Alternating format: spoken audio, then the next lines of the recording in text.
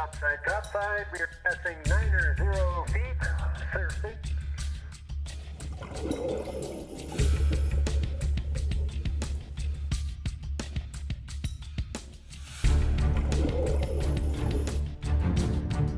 We're going to go ahead and begin our descent. We'll be on the surface in 30 seconds. And 5, 4, 3, 2, up, surface.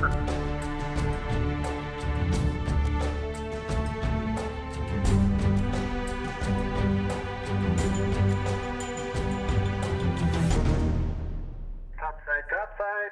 I read you loud and clear. All systems are green.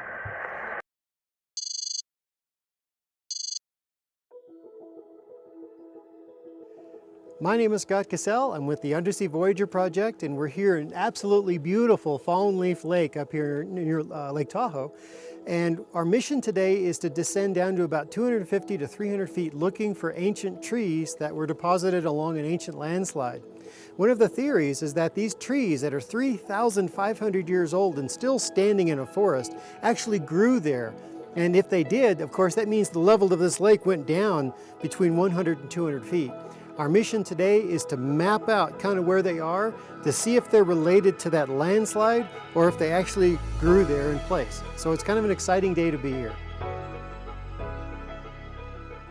This is a glacially formed lake. It's actually about 408 feet deep. It's about 1.5 miles, 2 miles long.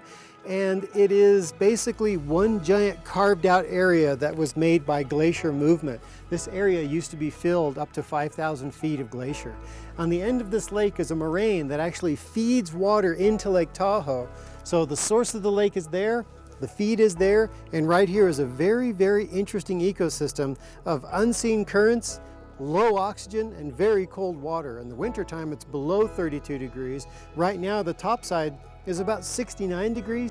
But if you go down just about 30 feet, it flips to be 20 degrees colder. This is a very cold lake, and that's why everything in this lake is so beautifully preserved. In fact, some of the legends are that there are still pioneers and Native American bodies in this lake, so who knows, we might find some of them as well.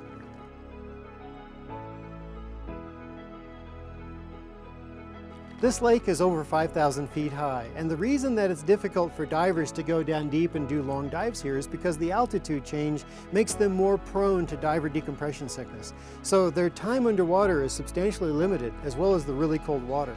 This sub, I can go down to 300 feet, and I can stay there 10 hours and collect information and move at my will and make good long observations instead of the fleeting moments of dive time that the divers have to endure. So this machine is actually a wonderful observation platform that can go deeper than most divers can get.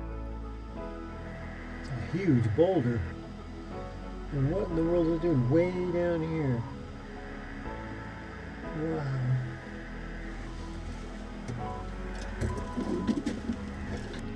Yeah, topside, I seem to have found a sunken boat, a rowboat, made of wood.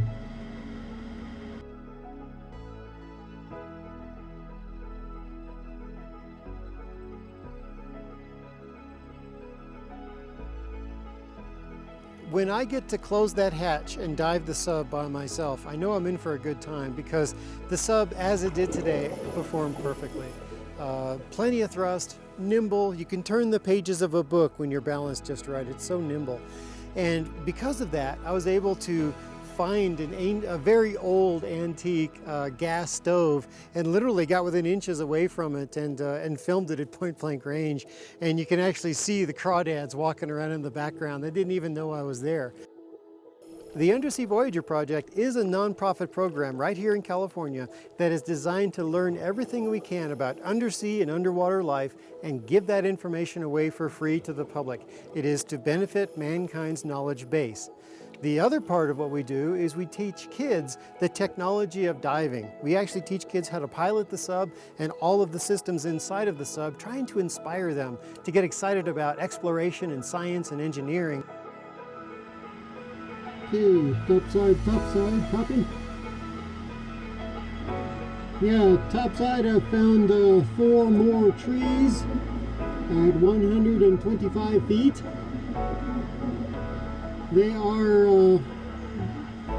They are huge.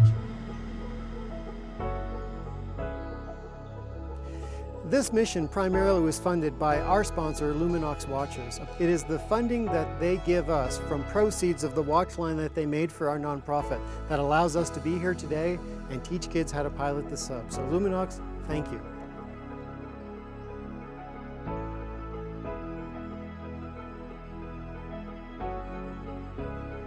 Our dives today were epic.